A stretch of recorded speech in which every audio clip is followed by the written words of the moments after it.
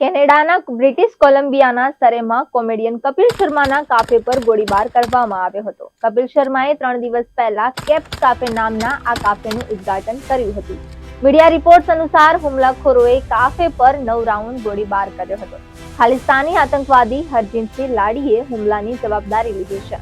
હરજીતસિંહ NIAની યાદીમાં most wanted આતંકવાદીઓમાંનો એક છે અને તે બબ્બર ખાલસા ઇન્ટરનેશનલ સાથે સંકળાયેલો છે. હુમલાખોરે ગોળીબારનો એક વિડીયો પણ બનાવ્યો હતો, જે સોશિયલ મીડિયા પર ઝડપથી વાયરલ થઈ રહ્યો છે. આમાં કાફેની બહાર કારમાં બેઠેલો એક વ્યક્તિ કારની અંદરથી સતત ગોળીબાર કરતો જોવા મળે છે. જોકે અત્યાર સુધી આ ઘટનામાં કોઈના ઘાયલ થવાના સમાચાર નથી.